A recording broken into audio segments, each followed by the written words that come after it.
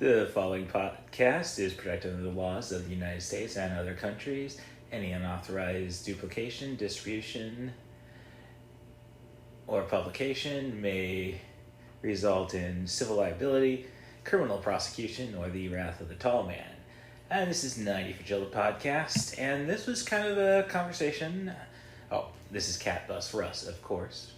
And speaking with the ThePoeticCritic, the big sis, about, well, Unspooled kind of inspired me to say, well, surely I can come up with something. The concept of how pricey art can be, and, you know, once the big sis started talking about Moana 2, it's like, yeah, let's save that. So, how we doing, Roar? I'm fine. Very good. So, the podcast I listened to was Unspooled's coverage of Mad Max Fury Road. And, you know, they immediately shocked Paul Scheer with Paul not realizing that that movie was a bomb. $150 million budget, take marketing into account, the film lost $40 million.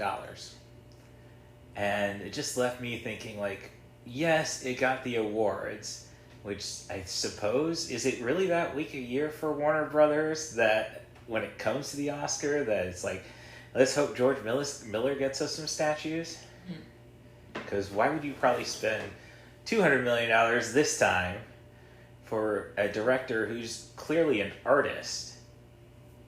But it's like, Jackson Pollock only need canvas and paint. So should we be paying this much money? Should somebody, especially David Zaslav, who's losing money everywhere else, immediately take these gambles on?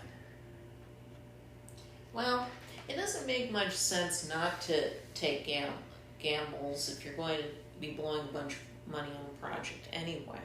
And if you can get something like a Mad Max film that has at least built-in audience, that's not much different than just greenlighting another superhero movie when you make similar assumptions.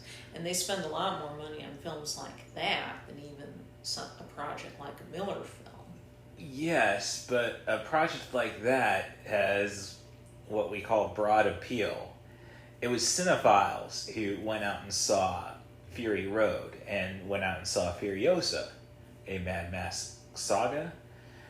I'm saying the regular people don't go out for that. While a superhero movie, which, yes, probably costs $250 million, well, I mean, they've obviously, I think we are in this, well, you say we're in the state of superhero fatigue, but now that people seem to be going out to the movie theaters, thanks to Disney, and we'll get to them in a moment, wouldn't you say that there might be a superhero resurgence in a bit?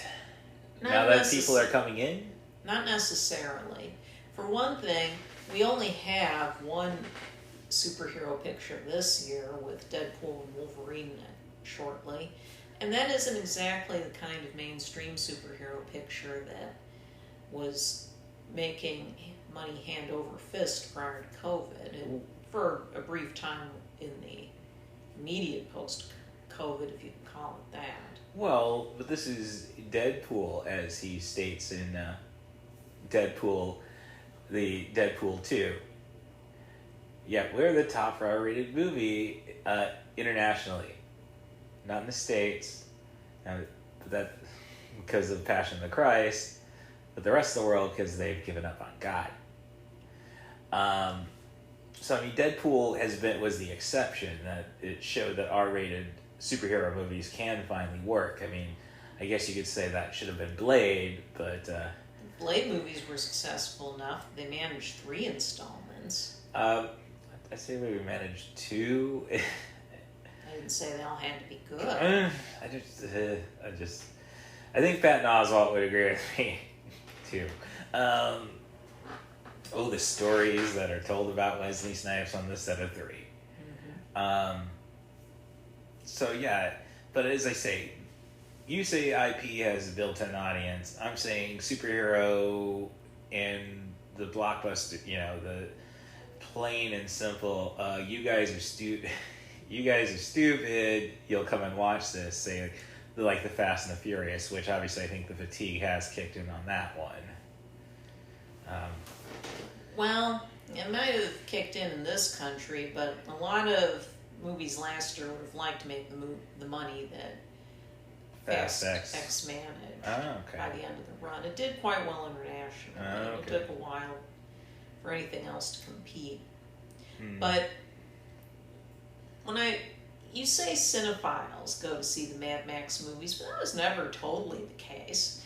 They happened to be the kind of movies that were aimed at assuming a lowest common denominator audience, but were so well done that more sophisticated filmgoers took notice.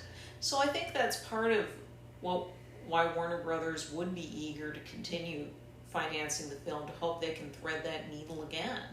You have plenty of people who just want to see fast cars go vroom, but if somebody's very good at making fast cars go vroom, that's no less talent than anything more sophisticated. Well, but I would say, the point is, with you saying like anything more sophisticated, but we could have had 5 sophisticated, maybe 10 sophisticated movies at the price produced at the price of one Mad Max. Yes, but the major Hollywood studios, at least, don't think those films are worth bankrolling anymore. At least not theatrically. They'd shoved so many films, both dramas, straight comedies, even westerns, to the streaming markets only. And they're paying a price for it, and a pretty penny at that.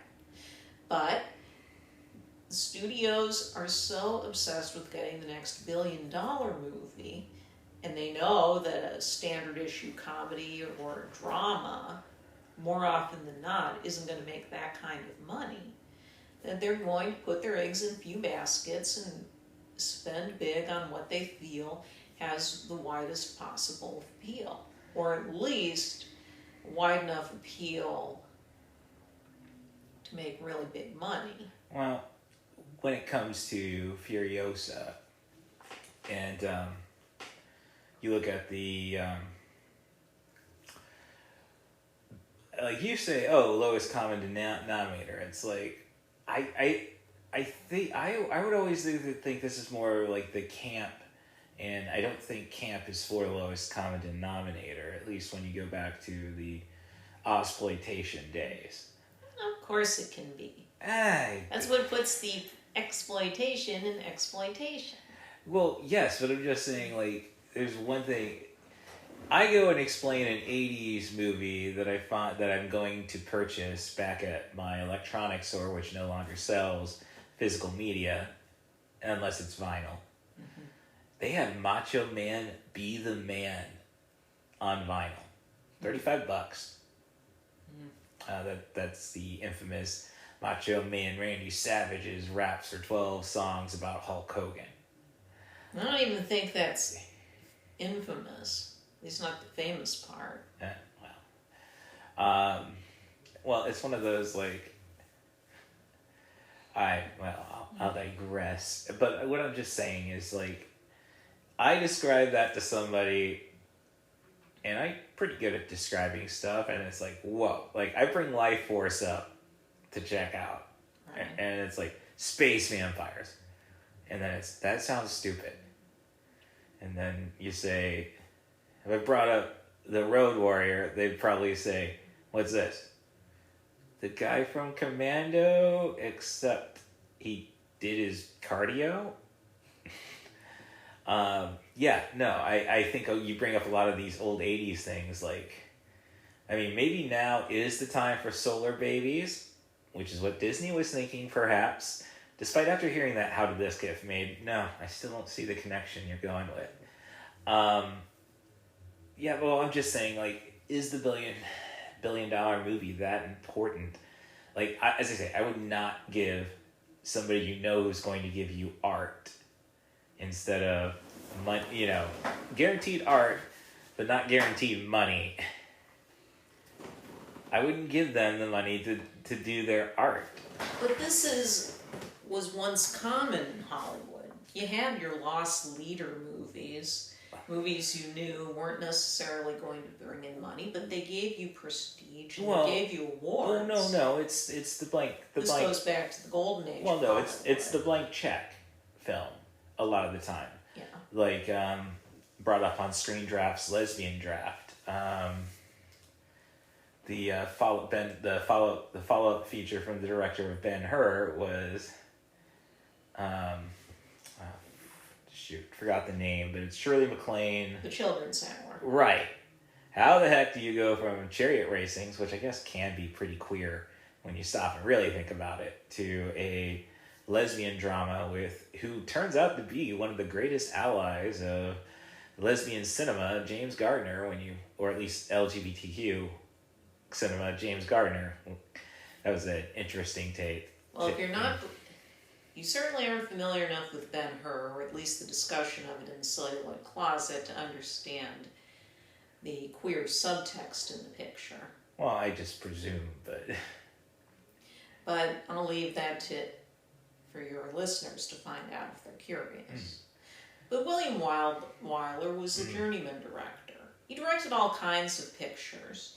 He was very much high class and prestige, but he was never really limited to one subject matter. He probably directed more people to Oscars than any other filmmaker. Mm-hmm. I read back that in the old Book of Movie Awards back in the 90s, and even then, the book noted that the way directors work now isn't as fast paced, so he'll probably never be matched. Oh, no. He did musicals and comedies, costume dramas, and modern dress pieces, so that's not necessarily surprising.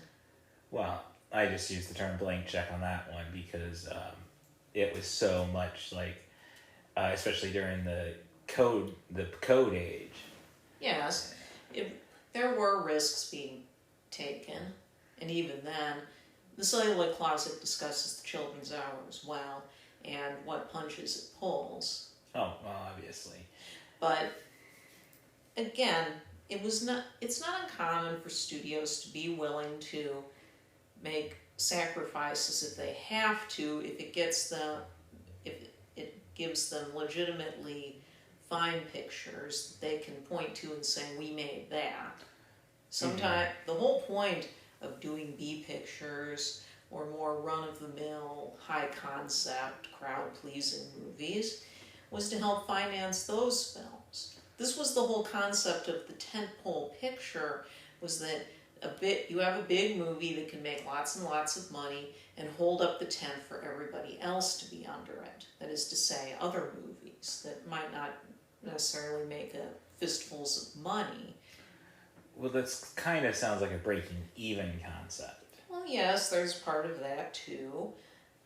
Where Warner Brothers is not exactly in a place to break even right now. Well, no. It's because major studios they took a big gamble on stuff like streaming and the assumption that the loyal audiences would come back to the theaters instead of just saying... No, would not stop coming to see, would not get tired of superhero films or franchises, when in most cases there will be a breaking point. So, as you stated, and I mean it's looking like things might be finally turning around in the cinema with A Quiet Place Day 1 opening strong, Inside Out 2 still killing the box office. That does bring me back to art again. Like, I guess I would say it's a safer bet to bet on Kevin Costner with all the dads and Yellowstone fans. That was, I'm sure, what was one of the things motivating Warner Brothers to pick up the pictures. It's a distribution deal. Any story you read about this Horizon project brings up how much of his own money Mr. Costner has put into the project. How does Kevin Costner keep working? I think he's a fine actor, just doing a Family Guy bit, but it's like, I just don't see this guy having the James Cameron making a joke when he should be making an Avatar movie sketch. At the same time, what we're seeing right now is we are seeing people coming back to theaters intermittently. There was a lot of worry in May, which, as some people pointed out, was not really considered part of the summer season until roughly The Mummy in 1999, which came out, what was it, late April? Right. Well, that was entirely just trying to jump in on it. Right, before Star Wars. Yeah. But when you look at how films have been performing so far this year and going back to last year, just about everything that is really done well has been some kind of an adaptation, at least. To be fair to something like Barbie, it was a relatively fresh IP in terms that it never had that kind of a movie before. Yeah. But it is still an adaptation. Yes. Of course, this goes back. Adaptation is as much part of all forms of art as coming up with a more original idea is. It's often a joke there are no original ideas anyway. No, there have been six. But at the same time, the fact that there have not been there hasn't been a whole cloth unqualified success in a while that wasn't clearly an IP grab. Right. I don't know if I should keep using even that expression. Well, I mean, any more than I would probably use content. Probably the biggest thing before the summer was Godzilla X No, Kong. the biggest film before summer was Dune Part 2. Oh. And significantly so. Again, this was a risk on doing an arty picture from a filmmaker who had not been turning out money hand definitely. Denis Villeneuve doesn't churn out movies that generally make money hands over fist. Make money. So they had to take it. Sorry. So they were taking a calculated risk there, and it was one that paid off really well, especially given that the first film was limited in what it could make in the box office. Right, at least in North America. But aside from that, the other really big hits so far this year have been Godzilla Multiplication Tables Kong, as Jessica Ritchie puts it. Kung Fu Panda 4 did fine. Yeah.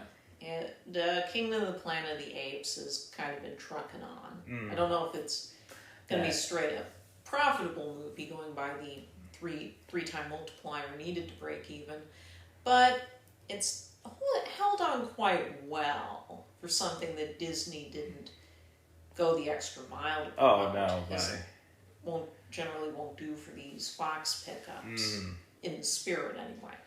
But at the same time, Alien Romulus, since they had such success with Prey on Hulu. At the same time, we have had some more or less original concepts do well this year, or better than people might have imagined, such as Anyone But You, or more recently, Challengers, which is the sort of film very few would have expected to make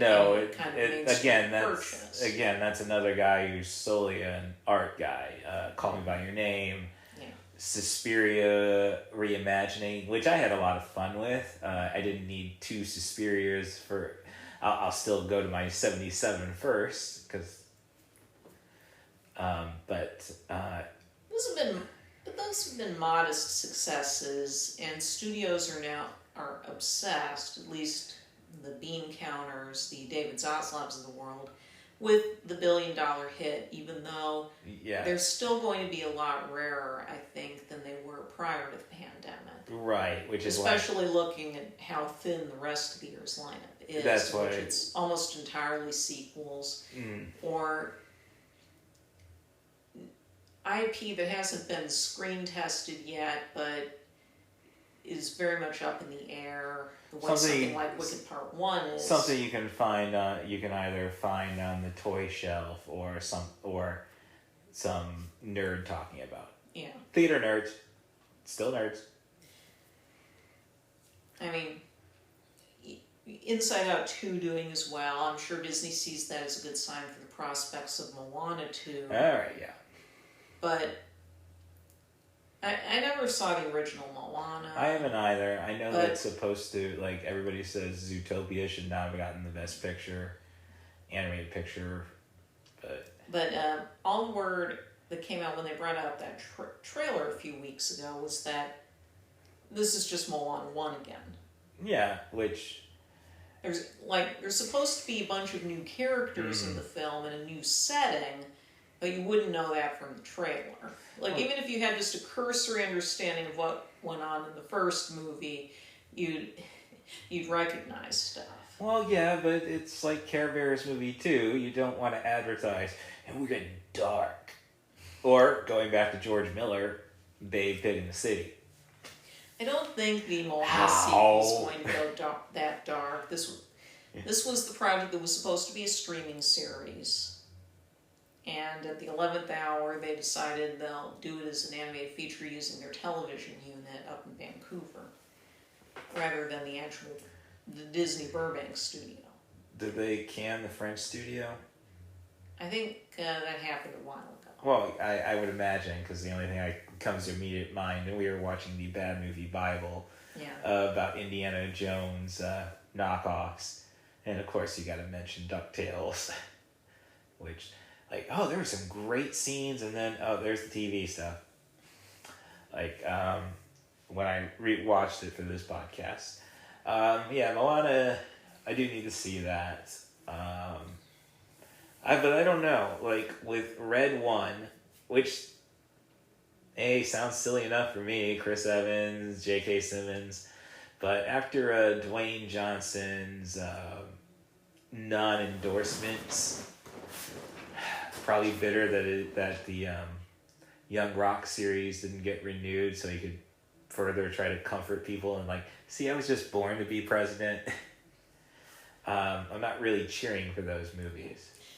The thing is, a Moana 2 might do really well. Maybe Mufasa, the Lion King, will do well over Christmas. I hate to say it. It's they're not peeing on my original Lion King. I'm curious about what they could do with that. Just the prequel element of it. Well, from the response to the trailers so far, there's been teasers that have been very sour. Yeah, nobody's really. I think even the kids that's not my Simba. Well, no, I think of Josh Spiegel on Twitter mentioning that he'd gone to see the Inside Out 2, and he got a bunch of trailers, and a bunch of these were for these kiddie movies that are expanding on established stuff.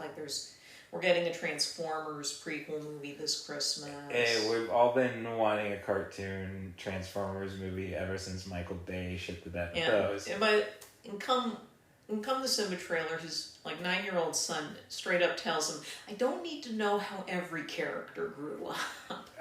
Which is funny, going back to that Unspooled podcast and how Amy Nicholson, Paul Scheer's co-host, was going on I'm not going to believe Furiosa is actually, so I don't know when they recorded it because of some of the things they said. I'm not going to believe Furiosa is a real thing until I have the popcorn in my hand and my butt is seated down.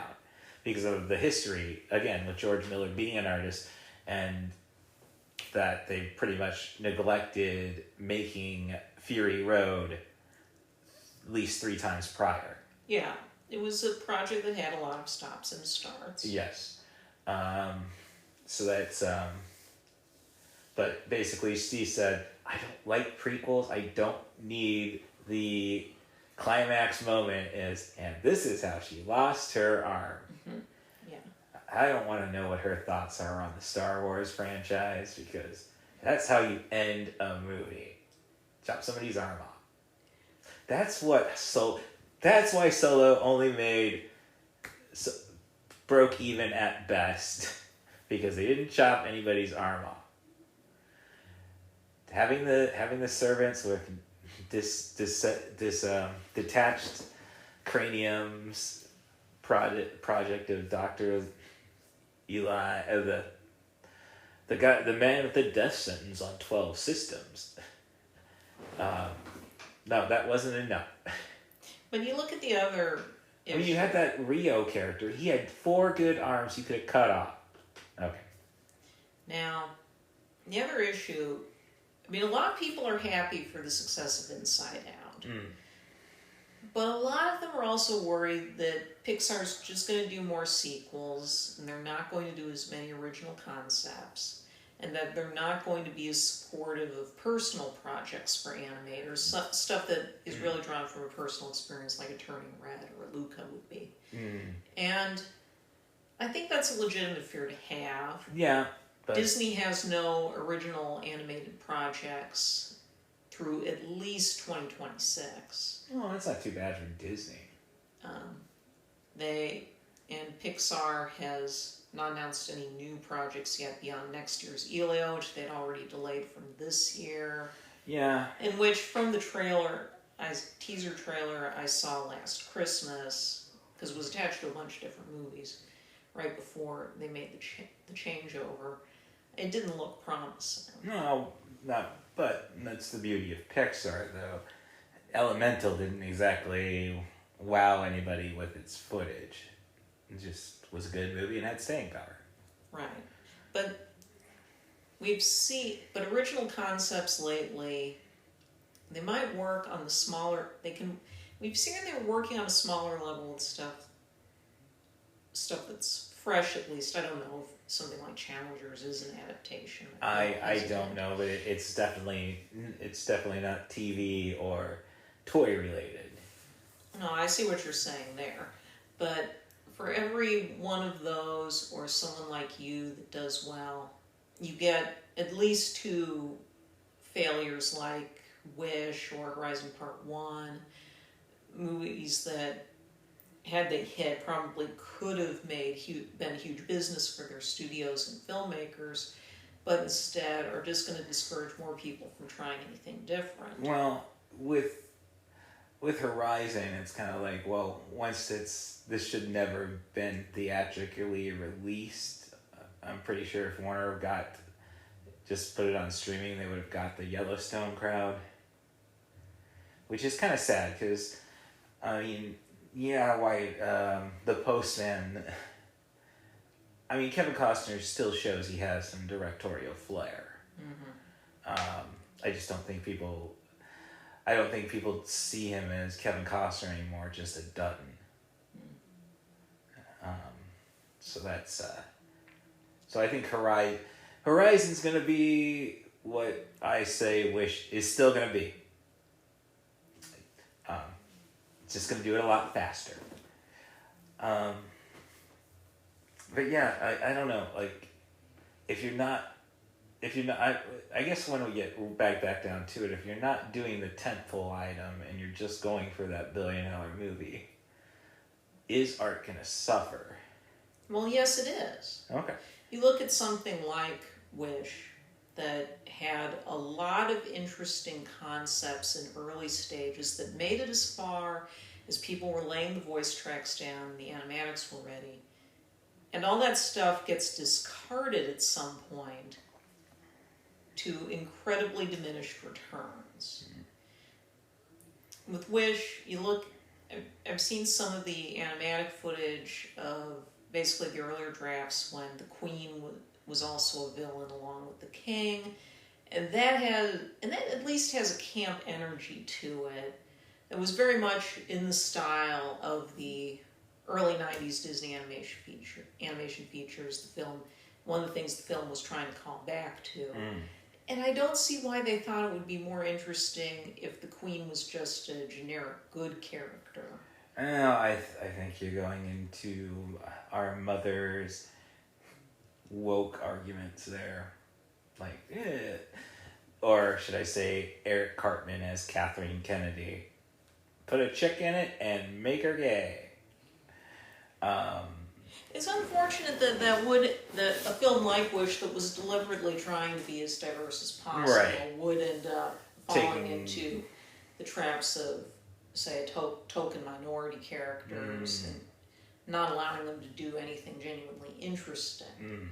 Like, looking at the supporting characters in the film, I keep thinking of the one critic who said, it's nice that the main character has this young Asian friend who's kind of heavy set body, and she walks with a crutch. And it's nice. There's a nice character, but why can't that character be the lead in the story? Well, and that's... And this is what it comes down to. It's obviously because they don't think that character, a character like that, would sell toys. No, it's not going to draw. No, it wouldn't sell toys. They assume it would not sell toys. They assume that automatically makes it niche when you can have generic brown woman as your lead instead. Yeah. Oh no, that's total. So yeah, corporate meddling. Okay, killed Wish's artistic. But I'm just saying, it's like. But then again, we like.